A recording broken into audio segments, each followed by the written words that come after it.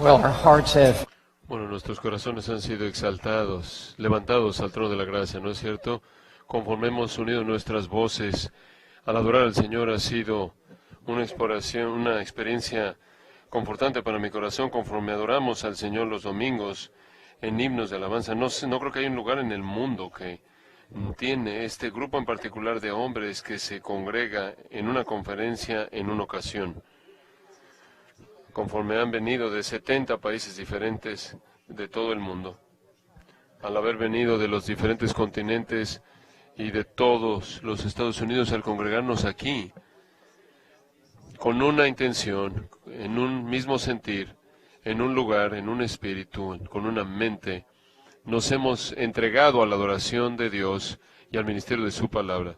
Y entonces ahora al llegar a esta sesión, quiero pedirles que me acompañen en oración. Father, Padre, al venir ahora a este momento, al oír de nuevo de tu palabra, oro porque tú magnifiques tu gloria frente a nuestros ojos, que tú agrandes nuestra confianza en tu palabra, que tus promesas sean sí y amén, que tú has hablado con una voz infalible que ha sido registrada y preservada para nosotros en las páginas de las Escrituras inspiradas. Y oro, oh Dios, porque conforme nos congregamos en esta conferencia, inclusive en esta mañana, que tú solidifiques y estabilices nuestra lealtad firme al ministerio de la proclamación de tu palabra.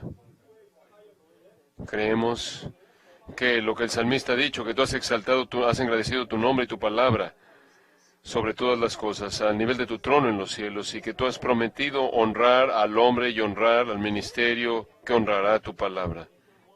Es tu palabra la que nos dice de la palabra viva del Señor Jesucristo. Es tu palabra la que despliega frente a nuestros ojos por la fe la profundidad y la amplitud y la extensión de tu amor hacia nosotros en Cristo. Y entonces, conforme nos congregamos en este día, oro, porque tú lleves a cabo una obra significativa en nuestro corazón, que esta no sea una conferencia más, o una reunión más, o una sesión más, sino que tú vayas a las profundidades de nuestra alma, que tú nos ancles en tu palabra, y que por el resto de nuestras vidas, nuestros ministerios, estén entregados de manera fiel a exponer tus verdades. Tú has dicho que tu palabra, que tu iglesia es columna y baluarte de la verdad. Y en esta hora, y en este día, y en esta generación, oro porque de manera fiel sostengamos en alto la doctrina sana y que contendamos ardientemente por la fiel una vez dada y para siempre a los santos.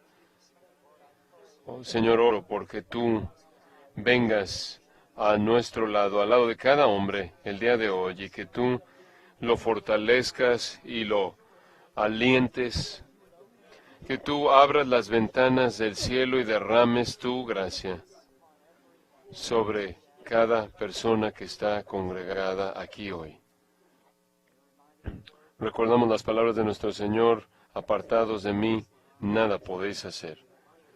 Verdaderamente, de cierto os digo, que el que oye mis palabras y las hace, es como un hombre sabio que edificó su casa sobre la roca, y cuando descendieron las lluvias y soplaron los vientos y golpearon contra aquella casa, no cayó, porque estaba construida sobre la roca. Y el que oye estas palabras, mis palabras, y no las hace, le compararé a un hombre insensato que edificó su casa sobre la arena. Y descendió lluvia, y vinieron ríos, y soplaron vientos, y dieron con ímpetu contra aquella casa, y cayó, y fue grande su ruina, porque estaba edificada sobre la arena. Señor, por tu gracia que nos capacita, inclina nuestros corazones, inclusive más, para edificar sobre la roca de la revelación que se nos ha encomendado en tu palabra inerrante, infalible e inspirada. Padre, oramos esto en el nombre que es sobre todo nombre, el nombre de aquel quien es el Verbo vivo, el Señor Jesucristo. Amén.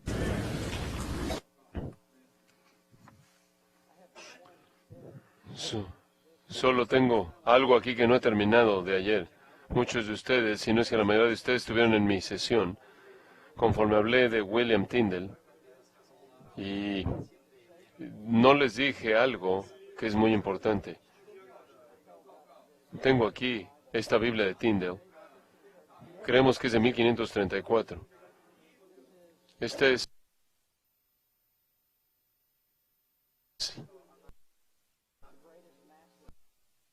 la obra maestra más grande que hay en el idioma inglés. He visto las coronas, las joyas de la corona en la Torre de Londres. Esta es la verdadera joya de la corona. Es la palabra de Dios traducida en nuestro idioma. Si hay si hay un arca del pacto evangélica, aquí está. 1525. Tyndale estaba en Colonia, Alemania, intentando hacer su primer Nuevo Testamento publicado, y en el momento de Mateo 22:12 tuvo que recoger sus materiales y meterse en un barco y bajar, porque llegaron a atacar ahí la imprenta, porque ahí Alemania, donde Tyndale trataría de terminar su trabajo. En 1521, Martín Lutero estuvo ahí en abril 21, presentó su gran defensa, y Tyndale sabía que habría gente ahí que compartía su convicción con ella. En 1526 se completó la primera traducción en inglés del griego original en el inglés. 8 años después, en 1534, él produjo esto. Solo hay uno en el mundo, de 1525 hasta Mateo 22:12. Hay unas 7 en el mundo, de 1526. Hay un número muy pequeño, de 1534. Tyndale hizo entre 4,000 a 5,000 correcciones. Él estaba comprometido con la mejor traducción que él podía producir. Y él produjo esto. Iba a haber una revisión más rápida. En 1535, 1536 se imprimiría el mismo año en el que Juan Calvino llegó a Ginebra. Un hombre se sale de la escena y Dios levanta al siguiente hombre. Este libro va a mostrarse, va a estar en exhibición ahí afuera de las puertas. Quizás nunca vuelvas a tener una oportunidad de estar así de cerca a, creo yo, el tesoro más grande en que hay en el idioma inglés. Te aliento a que veas, porque verdaderamente es un tesoro sin precio. Speak to you Quiero hablarles en esta mañana del poder invencible de la palabra inerrante. Entendemos que la palabra inerrante significa que la Biblia no tiene errores, como fue registrada en sus autógrafos originales. Y este es un libro sin errores en todo lo que declara. Salmo 12, versículo 6 dice: las palabras de Jehová son palabras limpias, como plata refinada en horno de tierra, purificada 7 veces, lo cual significa refinada al punto que son absolutamente perfectas. Es un libro sin fallas en todo lo que afirma. Salmo 119, versículo 140, sumamente pura es tu palabra. Proverbios 30, versículo 5 dice: toda palabra de Dios es pura, lo cual significa que ha sido colocada en el fuego, no hay impurezas que permanecen, es el oro y la plata más puros de la verdad de Dios. Jesús oró en Juan 17, versículo 17, tu palabra es verdad. Y la palabra verdad significa realidad, significa las cosas, la manera en la que realmente son las cosas, significa no aquello que la cultura o la población dice que es algo. No es como es percibido por nosotros. Verdad significa realidad, significa la manera en la que las cosas realmente son. Y el pecado es lo que Dios dice que es el pecado. La salvación es lo que Dios dice que es la salvación. El cielo y el infierno es lo que Dios dice que algo es. Que todo hombre se ha hallado mentiroso, pero que Dios se ha hallado veraz. En Santiago 1, versículo 25, se hace referencia a las Escrituras como la ley perfecta. En 1 Pedro 2, versículo 2, la Biblia se representa a sí misma como, y cito, la leche no adulterada de la palabra. Esto significa que no está adulterada, que no tiene ninguna contaminación. La Biblia dice en Hebreos 6, versículo 18, es imposible que Dios mienta. I have retranslated He retraducido esto del idioma original y esto es lo que realmente significa, es imposible que Dios mienta. Significa lo que dice y dice lo que significa. Tito 1, versículo 2, Dios dice, Dios que no puede mentir. Hay algunas cosas que Dios no puede hacer. Dios nunca podrá contradecirse a sí mismo. Y es imposible que Dios mienta, porque Dios es verdad, y su Hijo es la verdad, y el Espíritu Santo es el Espíritu de verdad, y la palabra de Dios es la palabra de verdad. Con respecto a una Biblia tan inerrante, el príncipe de los predicadores, Carlos Haddon Spurgeon, dijo, si no creyera en la infalibilidad de las Escrituras, la infalibilidad absoluta de la misma, de tapa a tapa, nunca entraría otra vez este púlpito. Fin de la cita. Y así es con todos nosotros, los que estamos congregados aquí, que ministran la palabra de Dios. Si no creemos en la inerrancia de la palabra de Dios, nunca entraríamos otra vez un púlpito en nuestra vida. Y debido a que la palabra de Dios es inerrante, es por lo tanto, de manera necesaria, invencible. Debido a que la Biblia es absolutamente pura, por lo tanto es absolutamente poderosa.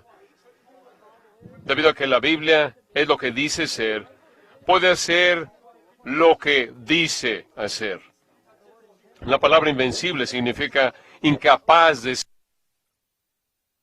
ser vencido o sometido. Significa incapaz de ser conquistado o derrotado. Tal es el poder sobrenatural de la palabra de Dios. Y la Biblia es tan invencible que demanda muchos símbolos diferentes para expresar el todo de su poder. Es como, la Biblia es como un diamante hermoso que tiene muchos diferentes cortes y cuando lo tienes a la luz de algo, cada lado está reflejando la belleza de cierto lado y ningún símbolo en sí de la Biblia puede expresar el todo y por eso demanda se necesitan muchas diferentes analogías y metáforas. Inclusive para poder tratar de entender la totalidad de la palabra, del poder invencible de la palabra inerrante. Y entonces lo que quiero hacer para nuestra sesión juntos es presentarles 7 símbolos de las Sagradas Escrituras, 7 metáforas, 7 analogías que se encuentran en la Biblia misma. Cómo la Biblia se representa a sí misma para nosotros. Quiero animarlos a que los escriban. Los animo a que los escriban en la parte de atrás de su Biblia. Los animo a que prediquen este bosquejo. Los animo a que enseñen esto como una lección. 7 símbolos. 7 símbolos de las Sagradas Escrituras. Quiero que piensen conmigo en primer lugar a partir de Hebreos capítulo 4. Hebreos capítulo 4, versículos 12 y 13. Número 1, la palabra de Dios es una espada que penetra, una espada que perfora. No es un Q-tip que hace cosquillas. Es una espada que penetra, no es una pluma, es una espada. Y si la palabra de Dios no es una espada en tu mano, no estás predicando la palabra de Dios. En Hebreos capítulo 4, comenzando en el versículo 12, quiero ver los versículos 12 y 13. Y quiero que observen conmigo, en primer lugar, lo que la Biblia es y en segundo lugar, lo que la Biblia hace. Dos cosas. En primer lugar, lo que la Biblia hace al principio del versículo 12. Porque dice, porque la palabra de Dios no es la palabra de los hombres, no es la palabra de la cultura, no es la palabra de la sociedad, no es la palabra de la tradición, no es la palabra de la religión, es la palabra de Dios y ha descendido a nosotros desde arriba. No se ha originado dentro de nosotros, dentro de este mundo, ha descendido desde el trono de Dios arriba. Es la palabra de Dios. No solo es la palabra de Dios, sino que en segundo lugar es la palabra viva. Dice, porque la palabra de Dios es viva. Esto significa que está viva. Habla en esta hora misma. De hecho, ahí en Hebreos capítulo 3, versículo 7, noten, si son tan amables, el tiempo verbal de esto, por lo cual como dice el Espíritu Santo. Y después él cita del Salmo 95, 7. No dice dijo, tiempo pasado, sino que el Espíritu Santo dice a través de su palabra, tiempo presente, este libro está vivo. De hecho, este es el énfasis que se hace por el escritor aquí. En el original, en el idioma original, el orden de las palabras es este. Viva, porque la palabra de Dios es. Lo coloca en la posición enfática. El autor del libro de Hebreos está subrayando esto, y eso debe brincar de la página a nuestra vista. Esto no solo es un libro antiguo, esto no solo es un libro antiguo. Este no solo es un libro viejo, este libro está vivo. Martín Lutero dijo, la Biblia está viva, me habla. Tiene manos, me persigue. Perdón, tiene pies, me persigue. Estaba traduciendo a partir del hebreo ahí, digo del alemán ahí, en este punto. No sé si se están riendo de mí o conmigo. No sé si se están riendo de mí o conmigo. Tiene pies, dijo Lutero. La Biblia me persigue. Tiene manos. Me agarra. Seguro que este hombre te toma de tu saco. Este libro te agarra del corazón. Santiago. En Juan 6:63 el Señor dijo, las palabras que os he hablado son espíritu y son vida. Cualquier otro libro en realidad es un libro muerto, a menos de que contenga la palabra viva de Dios. Porque debido a que este libro es vivo y habla a toda generación, en todo continente, en todo lugar, ha sido bien dicho que este libro está más actualizado que el periódico de mañana. ¿Quieres tener un ministerio contemporáneo? Predica la Biblia. Es el mensaje más contemporáneo relevante. De hecho, esta palabra activa significa energético. Está lleno de actividad.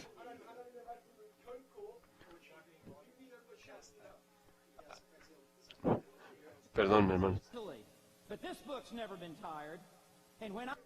Cuando yo abro este libro, ha habido muchas veces cuando entro al púlpito física y emocionalmente cansado, y apenas puedo llegar al púlpito, y abro este libro y está lleno de energía divina.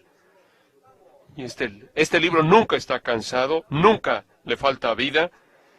Este libro siempre está llevando a cabo su obra en el mundo. Este libro nunca está en día de reposo. Este libro nunca necesita descansar. Este libro está activo. Y predicamos este libro. Inclusive cuando te vas a dormir, la palabra de Dios continúa llevando a cabo su obra en tu congregación.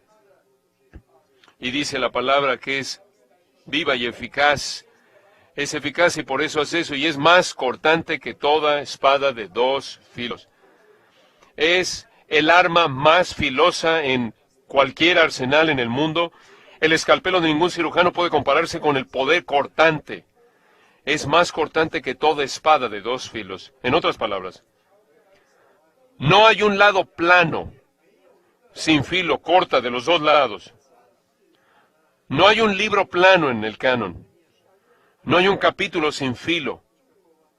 No hay un versículo que no sea filoso en la Biblia entera. Que es que hace esa.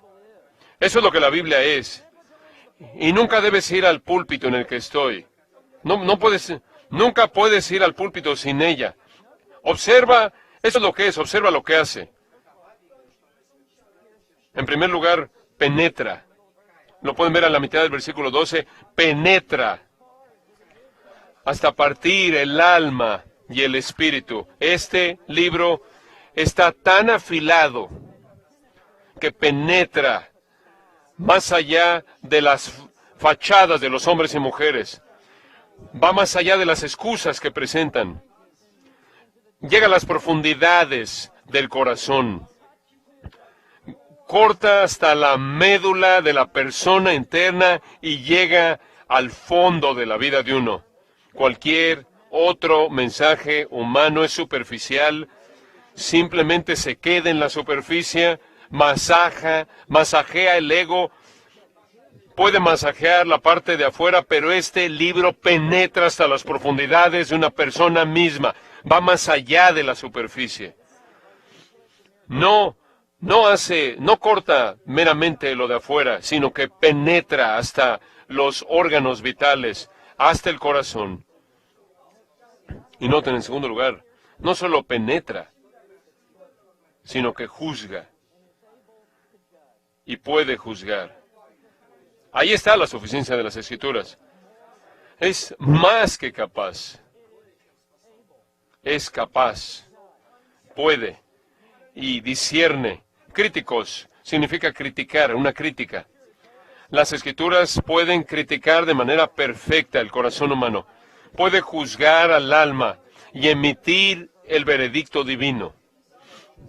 Puede juzgar los pensamientos y las intenciones del corazón.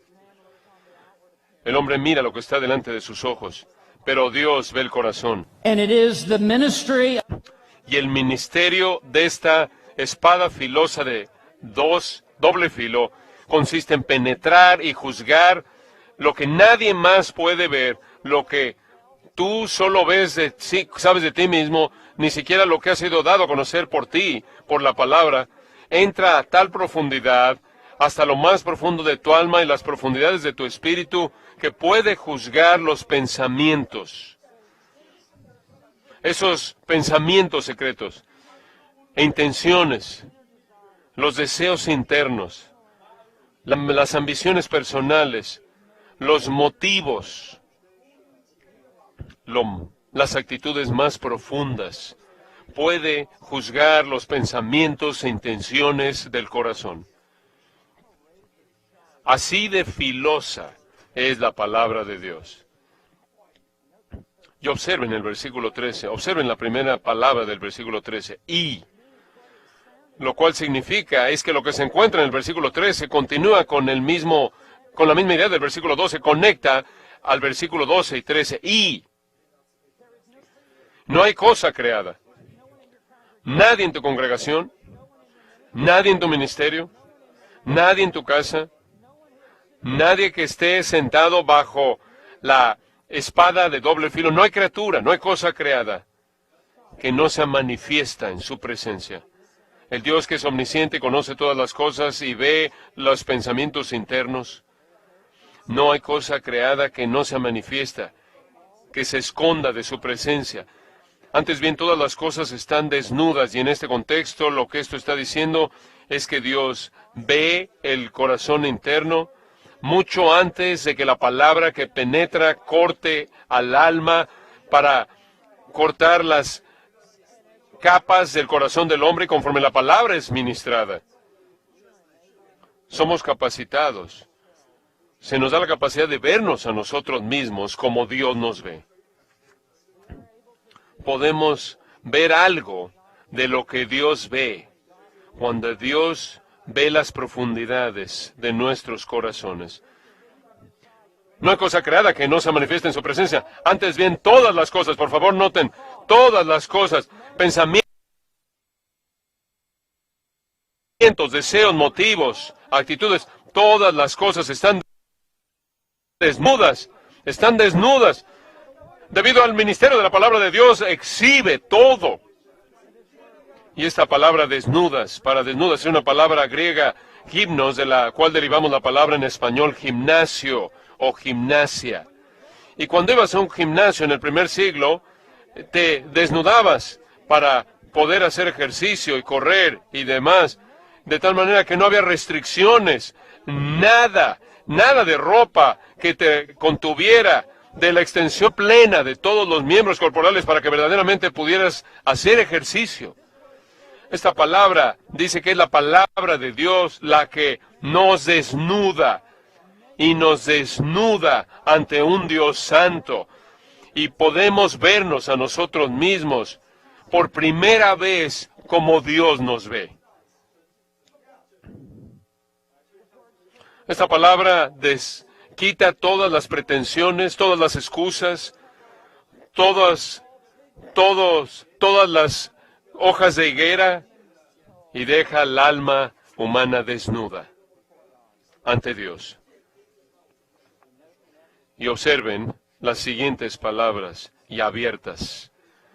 Somos desnudados y después somos abiertos, somos colocados ahí bajo la palabra más cortante de dos filos. Somos abiertos, traquelizo, de donde obtenemos la palabra traqueotomía. Significa tomar por el cuello, agarrar por el cuello. Significa exhibir el cuello, la garganta de una víctima para matar. Cuando tomaban al cordero sacrificial, jalaban la cabeza hacia atrás. Y lo que hacía el sacerdote era que cortaba el cuello. Y de esta manera asestaba un golpe fatal al cordero sacrificial. Y eso es lo que la palabra de Dios hace. Da el golpe fatal al orgullo, da el golpe fatal a la justicia personal y a la suficiencia personal y a la lisonja personal. Abiertas a los ojos de aquel a quien tenemos que dar cuenta. O mejor, a quien tenemos que darle cuentas. O literalmente, a quien es nuestra palabra, o a quien tenemos que responder, o a quien debemos darle una respuesta. Es la palabra de Dios que establece nuestra rendición de cuentas a Dios. Entra a las profundidades del alma de una persona. Y nadie estará salvo.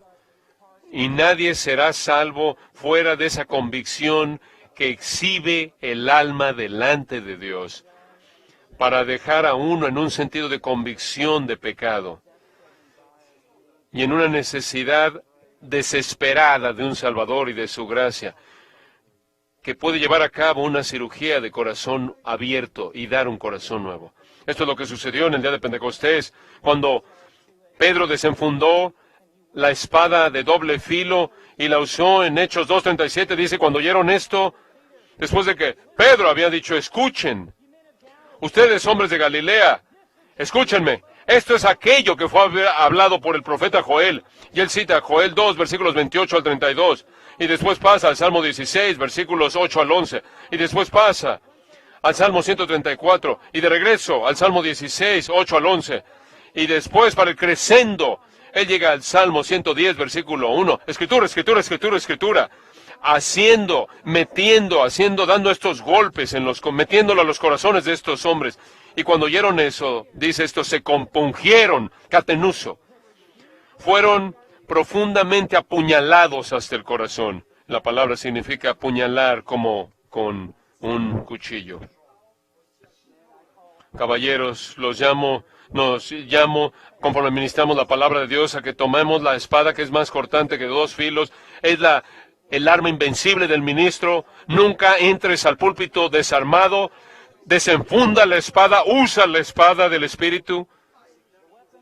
El arma de nuestra batalla, porque las armas de nuestra milicia no son carnales, sino poderosas para la destrucción de fortalezas.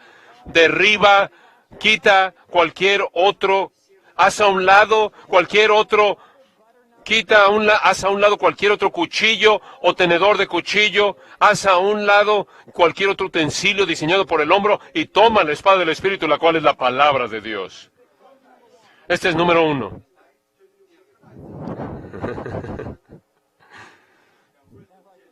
Se oye como que están ahí sentados se oye como que están sentados sobre su espada. Es la espada que penetra. Necesitas una espada, la espada para perforar, para penetrar en tu ministerio. No necesitas tener un mensaje que masajea el ego. No necesitas un ministerio que masajea el ego y que da palmadas en la espalda. Necesitas una espada de 2 filos, doble filo. En segundo lugar, es un espejo que revela. Pasa a Santiago capítulo 1. Santiago capítulo 1, versículo 23. Y quiero que noten en segundo lugar que una vez que el corazón ha sido abierto y la cavidad del pecho es desnudada por la espada del Espíritu que ha penetrado ahora, el espejo de la palabra es levantado en alto. En Santiago 1, versículo 23, leemos: porque si alguno es oidor de la palabra, pero no hacedor de ella. Estamos hablando de la palabra de Dios. Y él está diciendo, si alguien oye, pero no obedece. Este es semejante, es una analogía, este es semejante al hombre que considera en un espejo su rostro natural. Observe esto, en un espejo. Él está asemejando la palabra de Dios a un espejo. ¿Y qué haces con un espejo? Un espejo te da conocimiento de ti mismo. Un espejo te capacita para verte a ti mismo como realmente eres. Un espejo te lo presenta tal como eres. Un espejo presenta un reflejo verdadero y una revelación verdadera de lo que hay adentro. Hay un sentido real en el que realmente no me conocí a mí mismo, sino hasta que comencé a leer la palabra de Dios. Yo nací en 1951, en esa época de los que estaban en una generación única, de una generación. Nací en una casa, la de Norman Rockwell. Fui el primero de varios hijos. Mis padres, mi madre me amaba, mi padre me amaba, mi madre me adoraba. Mi esposa todavía está tratando de corregir eso. Y encima de eso, la hermana de mi mamá vivía ahí donde yo crecí. Tenía 2 madres que me consentían, me hacían todo, me afirmaban, me alababan, y además jugaba fútbol americano, básquetbol, béisbol, y corría, estaba en atletismo. Estaba yo en ciertos certámenes, a mí se me daban trofeos, y te aplaudían las porristas. Fui a la universidad, jugué fútbol americano, y te aplauden las comunidades de alumnos, las fraternidades. Y después comencé a leer mi Biblia. Y realmente no era lo que todo el mundo decía que yo era. Cuando fui a la universidad, tenía una Biblia viva. No la de Hebreos 4:12, sino la Biblia antigua viva, viviente. Solo tenía un Nuevo Testamento. Fue una Biblia viva con fotos. Tenía fotos de atletas corriendo. Y estaban metidos ahí a lo largo del Nuevo Testamento. Y tomé llevaba ese libro a donde quiera que iba a clase, y estaba ahí en el pasillo, y me sentaba ahí, y estaba leyendo mi Biblia, y tenía ahí plumas, y no tenía ningún comentario, no tenía ninguna Biblia de estudio, no tenía ningún libro cristiano en absoluto. Lo único que tenía era una Biblia y varios colores y varios colores. Y simplemente leí mi Nuevo Testamento y semana tras semana tras semana. Me lo llevaba al dormitorio, me lo llevaba a la práctica, al entrenamiento, me lo llevaba ahí al comedor. Y conforme leí este libro, era como si alguien estuviera leyendo mi corazón, como si alguien estuviera haciendo un inventario de mi alma. Y este libro no me estaba aplaudiendo, ni reconociéndome, ni adulándome. Este libro me estaba dando el retrato correcto en mi alma de quién soy en realidad y mi necesidad terrible que tengo de gracia. Tú y yo necesitamos estar levantando en alto el espejo conforme predicamos, y tú y yo tenemos que estar detrás de ese espejo, y la gente tiene que estar viendo el espejo y no viéndonos a nosotros, sino viéndose a sí mismos. Muchas veces cuando he predicado, salgo ahí a la sala y puedo ver ahí en mi visión periférica, ahí en la esquina, un hombre penoso cuya esposa lo ha hecho venir a la iglesia y está esperando que todo el mundo se vaya para que él pueda acercarse a mí en privado. Y lo veo que se acerca y se me acerca y me dice esto, después de que ha oído la predicación de la palabra de Dios. ¿Has estado hablando con mi esposa? Porque parece que yo sé más de lo que... parece que yo conozco más de él de lo que él conoce de sí mismo. Y yo le dije, no he hablado con tu esposa en absoluto. Él dice, sí, has hablado con él. Y yo le digo, no he hablado con tu esposa. Pero la palabra de Dios es como un espejo que te revela quién eres. Escucha, nadie va a ser salvo hasta que se vea a sí mismo por quién son. Y nunca nadie va a ser continuamente santificado sin que continuamente esté viendo la ley perfecta de la libertad y viendo la estima de Dios, y donde tiene que haber arrepentimiento, y si tiene que haber mejoras, y si tiene que haber una corrección. Es un espejo que revela. Y todo versículo. Estaba predicando no hace mucho tiempo atrás en mi iglesia que pastoreé, y yo prediqué lo que pensé fue uno de los mensajes más suaves que jamás he predicado. Estaba predicando en 1 Corintios 13, hablando del amor es paciente. Y casi me estaba disculpándome a mi propio corazón por predicando de amor es paciente. Yo pensando que esto no va a tener ningún efecto. Era como si la aplicación fuera, id por todo el mundo y sonríe. Ve por todo el mundo y sonríe. Y yo estaba pidiendo que el Señor no regresara mientras que yo estaba predicando el amor es paciente. Pero al final hablé de cómo Cristo es la personificación de esta virtud del amor y lo paciente que Él ha sido con nosotros, y que Dios no quiere que ninguno de sus elegidos perezca, sino que todos vengan al arrepentimiento y a la fe. Y tan pronto como terminé ese mensaje, había un hombre que había venido, que nunca antes había conocido, y él corrió al púlpito. Ni siquiera me había podido salir del púlpito, estaba en el púlpito conmigo. Y tenía esa mirada que Dios lo había sacudido, se había aferrado de él. Y le dije, pasemos allá abajo, al frente, y nos sentamos ahí en la banca de adelante. Y él dijo, he venido a la iglesia hoy solo, porque nadie en mi familia quiere venir, porque soy tan impaciente, y porque soy tan dominante y tan abrumador, y los controlo, y tú has hablado de la paciencia de Dios hacia nosotros en Cristo, y la necesidad que yo tengo de ser paciente. Y ahí en la banca de enfrente de la iglesia, después de que todo el mundo se había ido en ese santuario, ese hombre nació de nuevo.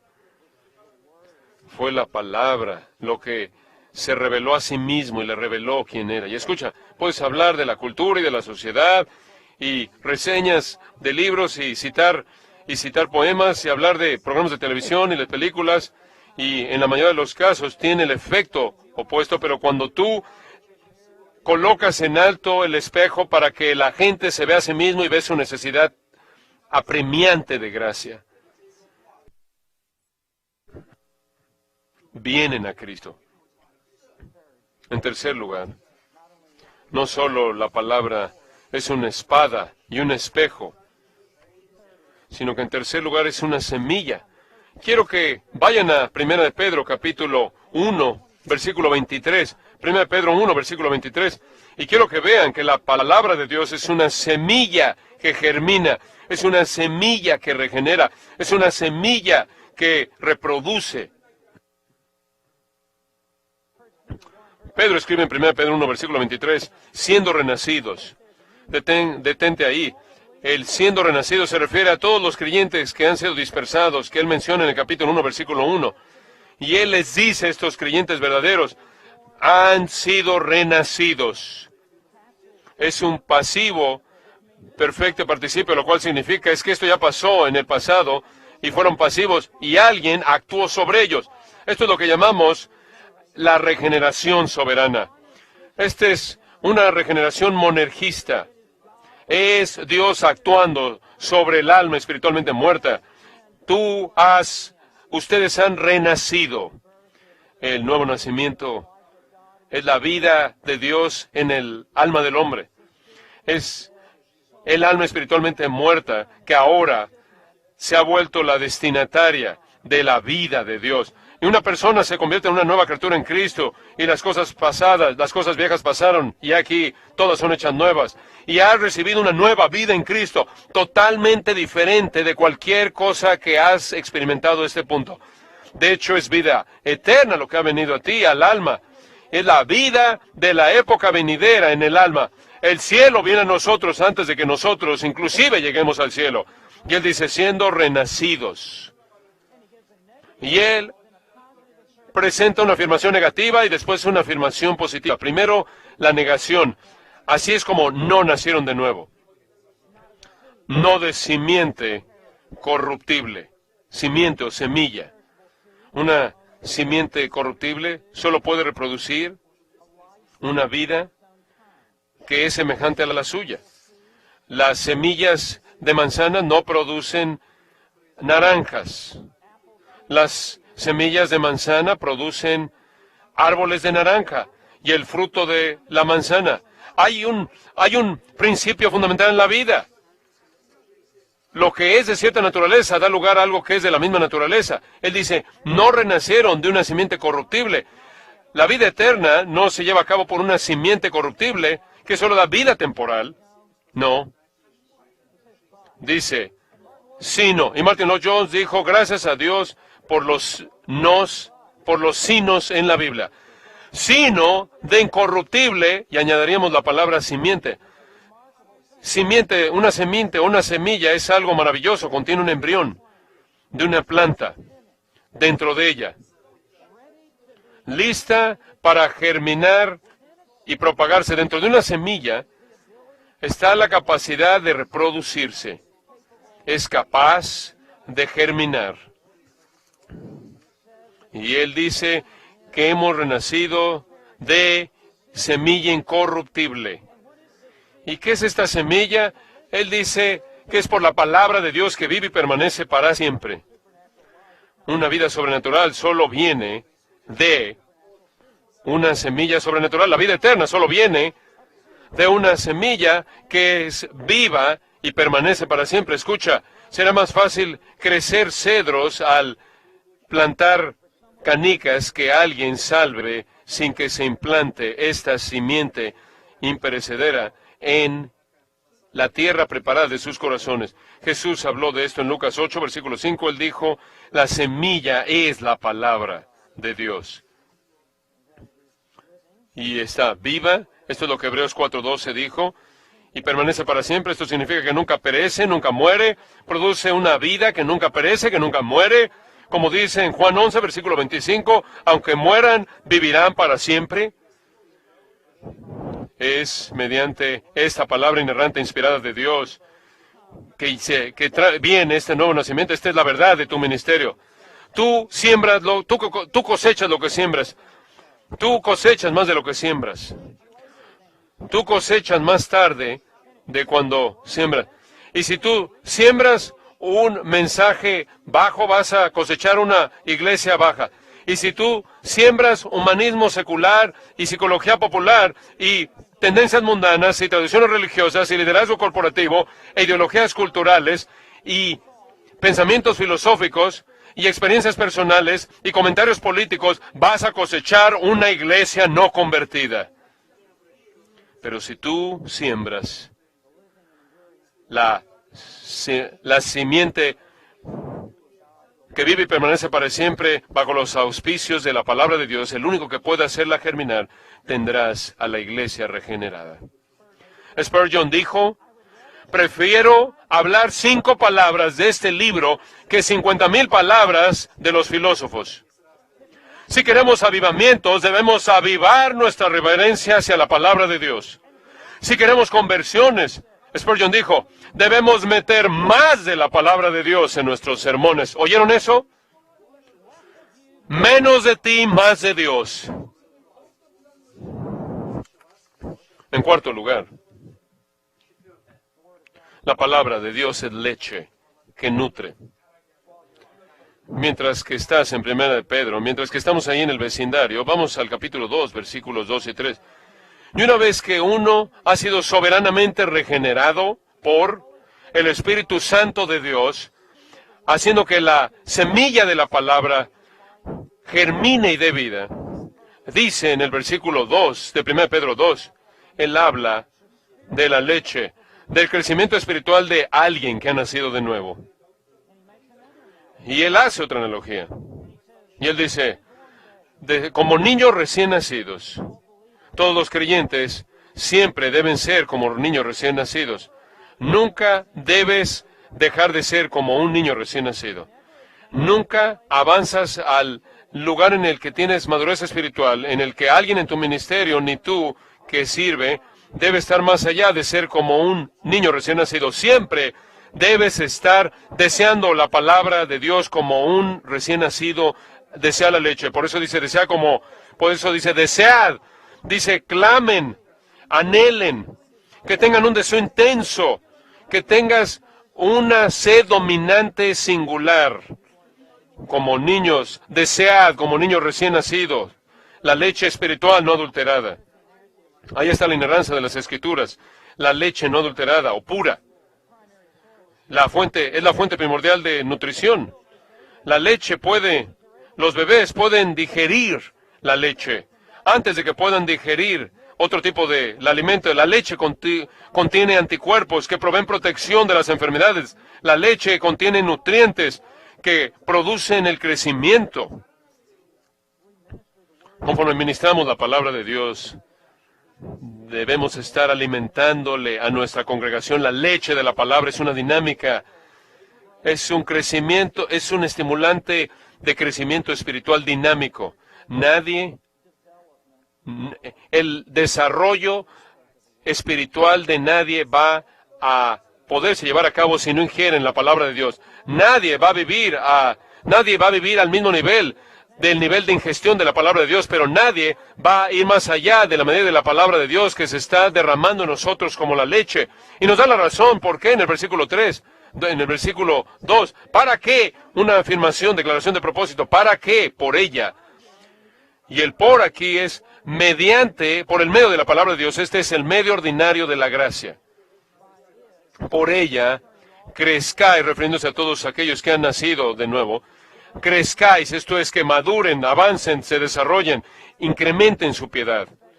Con respecto a la salvación, para la salvación aquí se refiere a la santificación.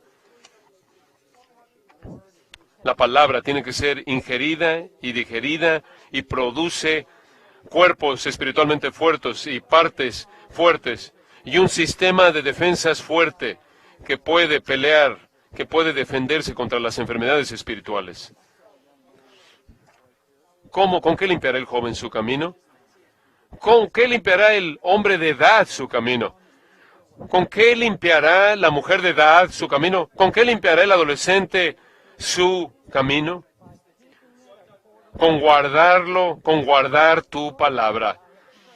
En mi corazón he guardado tus dichos para no pecar contra ti. Es la palabra de Dios atesorada en nuestro corazón lo que nos capacita para resistir la tentación. ¿Te acuerdas de Jesús en el desierto 40 días, 40 noches? Al final de eso está la tentación triple climática y ahí el texto creo que indica que es tentado durante la experiencia total y aquí llegamos a la cúspide de las tres tentaciones y el diablo usa toda la artillería del infierno contra el Hijo del Hombre, contra el Hijo de Dios. Manda estas piedras que se conviertan en pan. Y Jesús dijo, escrito está. No solo de pan vivirá el hombre, sino de toda palabra que sale de la boca de Dios. Deuteronomio 8, versículo 3. Y con cada ataque, Jesús desenfunda la espada del Espíritu y repele las tentaciones de Satanás mediante la palabra de Dios. Así es como tú y yo vamos a permanecer fieles en nuestra búsqueda de la santidad, por la gracia de Dios y por la palabra de Dios. En quinto lugar, es una lámpara que brilla. Vamos al Salmo 119, versículo 105, y lo que estamos haciendo es presentar los diferentes símbolos de las Escrituras. ¡Qué increíble instrumento de gracia es la palabra de Dios! Es una espada que penetra, es un espejo que revela, es una semilla que germina, es leche que nutre, es una lámpara que brilla. Salmo 119, versículo 105, ustedes conocen este texto muy bien. Lámpara es a mis pies tu palabra y lumbrera a mi camino.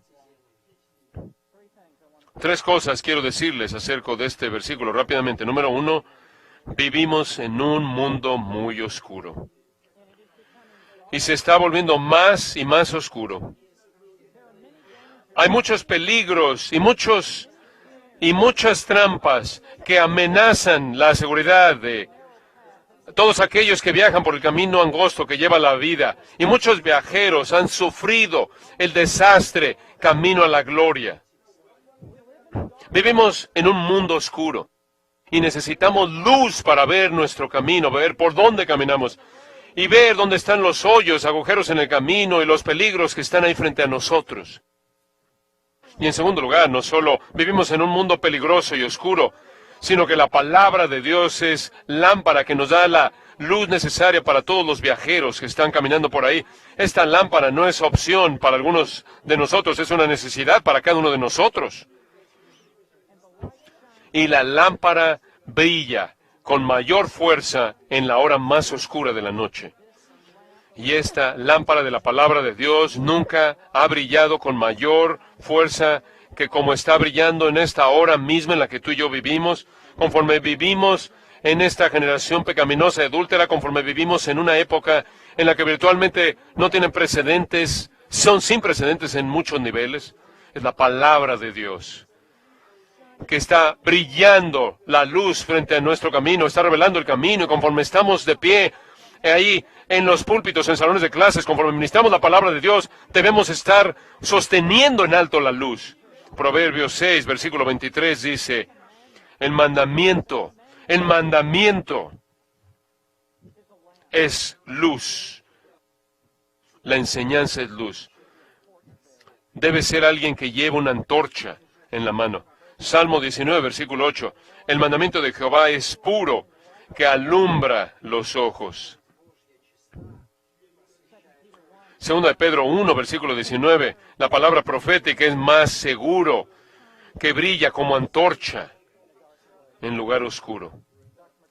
El doctor MacArthur ha compartido conmigo que lo número uno que le dice a él después de que él predica,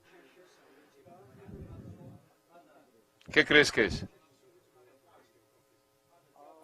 Oh, ahora lo veo. Y la luz está brillando conforme abrimos el libro y la gente ve con una cosmovisión cristiana y la gente ve usando lentes cristianos y ven ahora con luz que está brillando en una época oscura. Y lo tercero que quiero que vean es que dice, lámpara es observen, mis pies tu palabra. Y el énfasis aquí no está en la cabeza, no en los oídos, no en el corazón, sino que está en los pies.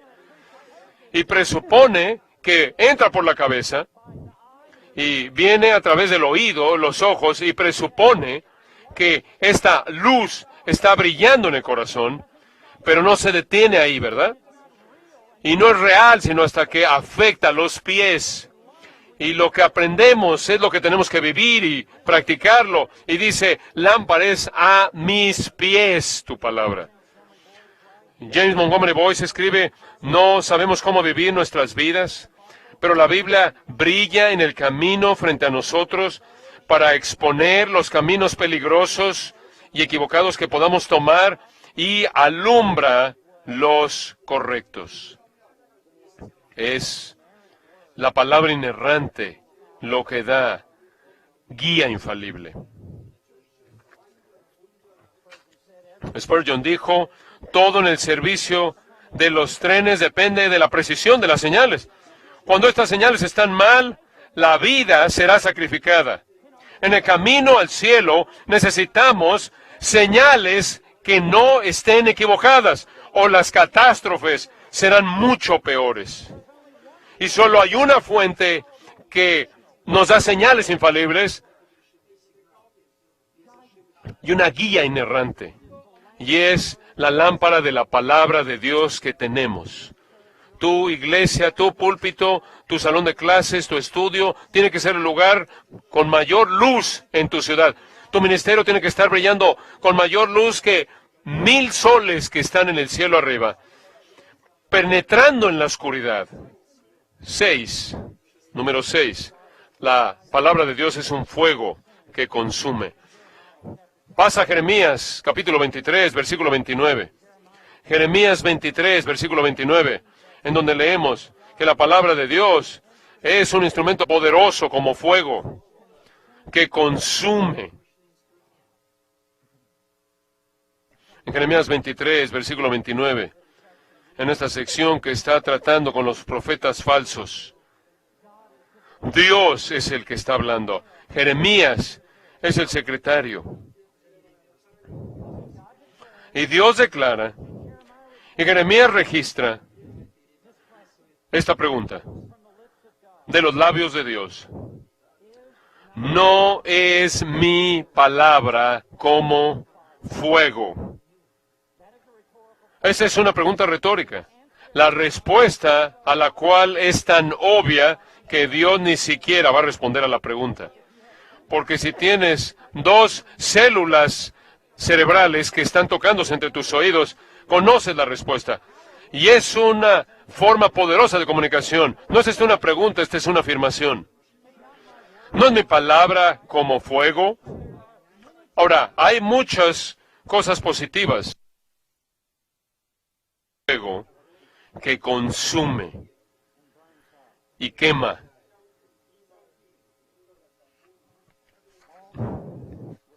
Todo aquello que lo toca. Todo aquello que es resistente a la palabra de Dios.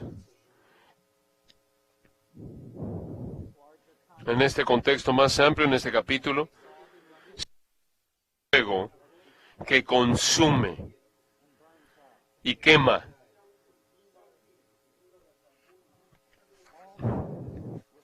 Todo aquello que lo toca. Todo aquello que es resistente a la palabra de Dios. En este contexto más amplio, en este capítulo, si puedo llevarlos ahí rápidamente, las referencias al versículo 25, los profetas que profetizan falsamente. Versículo 26, los profetas que hablan del engaño de su propio corazón. Versículo 27, profetas que hacen del pueblo de Dios olvidar el nombre de Dios. Versículo 28, profetas que cuentan sus sueños y no tienen nada que ver con la palabra de Dios. Y versículo 30, Dios está en contra de estos profetas de nuevo. Versículo 31, Dios de nuevo está en contra de estos profetas. Versículo 32, Dios está en contra de estos profetas. Versículo 34, Dios castigará a estos profetas y todos aquellos que siguen su mensaje abominable. Y Dios mismo es un fuego consumidor. Y la palabra de Dios es como fuego. y Dios promete juicio y va a consumir a todo aquello que no está edificado sobre la roca sólida de su palabra. Más antes, en Jeremías 5, versículo 14, Dios dice, he aquí, yo pongo mis palabras en tu boca por fuego, y el pueblo, y este pueblo por leña, y los consumiría, el mensaje que tenía Jeremías de Dios para el pueblo de su generación, era un mensaje de fuego que lo iba a consumir toda la incredulidad, e iba a traer el fuego de juicio contra todos. Si no se vuelven al Señor, se arrepienten de su pecado y creen en el Señor Jesucristo. Esto también es parte de nuestro mensaje. Nosotros también al predicar la palabra. Porque el mensaje que predicamos va a hacer que la gente o que sea bendecida o que sea quemada. Y o van a estar encendidos o van a estar en el fuego. O van a estar encendidos por Dios, para Dios, o estarán en el fuego de Dios, y no hay una posición mediadora entre estos dos puntos. ¿Y cómo necesitamos, de nuevo, qué necesidad tenemos el día de hoy a hombres que se pongan de pie y prediquen como Jonathan Edwards, pecadores en manos de un Dios airado? Aunque predicamos la gracia y la misericordia de Dios, necesitamos Romanos 1, tanto como necesitamos Romanos 3. No es uno u otro, son ambos. Y la palabra de Dios es un fuego consumidor. Y va a consumir a todos aquellos que están en incredulidad. Este es un libro que está ardiendo como fuego. Las Escrituras están ardiendo. Y es el mensaje más caliente que este mundo jamás ha escuchado. Y cuando eres llamado a predicar, eres llamado a jugar con fuego. Finalmente, la palabra de Dios no solo es un fuego que consume, sino que en este mismo texto, en el versículo 29 de Jeremías 23, es un martillo que quebranta. Es un martillo que quebranta. No hay fuerza en el mundo que se compare con el poder, que quebranta de la palabra de Dios para superar toda resistencia ante su poder. En Jeremías 23, versículo 29, Dios de nuevo es el que habla, Jeremías es el secretario y el que registra. Este es un dictado, estas son mis palabras. Dios dice, escríbelas, Jeremías, entrégaselas al pueblo, colócalas en las Escrituras, para que toda generación que oiga esto, no es mi palabra como martillo que quebranta la piedra. Esta es otra pregunta retórica, la respuesta a la cual es un sí, afirmativo, es un sí, es un amén, cierto, es una declaración que la palabra de Dios es como un martillo que quebranta la piedra. Es como un martillo pesado, es como un marro. Y hombres débiles, pequeños, están en un púlpito con un marro y traen la fuerza de la palabra de Dios en los corazones que son resistentes y quebranta el orgullo y aplasta y desintegra la justicia personal. En este versículo, no es mi palabra como martillo que quebranta la piedra de los falsos profetas mencionados en los versículos previos y en los siguientes versículos, y también se refiere a aquellos que están aliados con el mensaje de los falsos profetas. Estos falsos maestros y falsos seguidores son como una roca. Son duros de cabeza, son duros de corazón. Sus frentes son como pedernal. Son incircuncisos de corazón, tienen un corazón de piedra que se resiste a la verdad de Dios. Y sus mentiras en sus corazones no responden a las cosas de Dios, están espiritualmente muertos, son como una roca. ¿Y cómo es que ellos van a ser llevados a la humildad ante el trono de la gracia? ¿Cómo es que ellos llegarán a ser humillados ante Dios? Y es mediante esta arma invencible de la palabra de Dios. Rompe toda resistencia en el día del poder de Dios. Este martillo es más duro que el corazón más duro. Este martillo es más duro que las cosas que se presentan ante él. Este martillo es más fuerte que el alma más duro y la incredulidad más parecida a la roca. Este martillo ministra el golpe fatal al ego, al orgullo, a la confianza personal y lleva a un hombre, una mujer al lugar de que es humilde ante Dios para que invoque su nombre, la gracia y misericordia que necesita. Este es el poder invencible de la palabra inerrante. Los llamo en este día a desenfundar la espada, a colocar en alto el espejo, a esparcir la semilla, a servir la leche, a tomar la lámpara, a esparcir el fuego, a mover el martillo. Deja la sabiduría secular en el púlpito, deja el entretenimiento en la iglesia, deja la dramatización.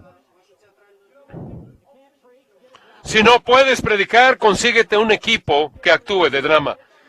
Quítate la retórica, desenchufa las luces de color, coloca el púlpito en el centro del edificio, ponte de pie como un hombre, abre la Biblia, levántala y suéltala y deja que se proclame.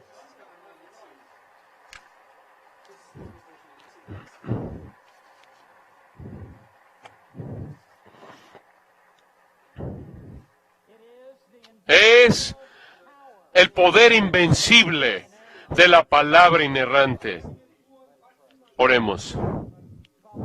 Padre en los cielos, oro porque tú intensifiques nuestra confianza en este libro. Que ya no seamos afeminados en nuestra predicación de la palabra de Dios, que actuemos como hombres y que tomemos la palabra y su totalidad, del poder de la palabra de Dios, y el poder de la totalidad del poder de la palabra de Dios sea desatado en nuestros ministerios, que desenfundemos la palabra hasta mover el martillo, y que la palabra de Dios sea como leche que alimenta y una semilla que germine, y que no es todos nuestros ministerios en nuestros días. Padre, oramos esto en el nombre poderoso de aquel que está sentado a tu diestra, el Rey de Reyes y Señor de Señores, el Señor Jesucristo. En su nombre oramos. Amén.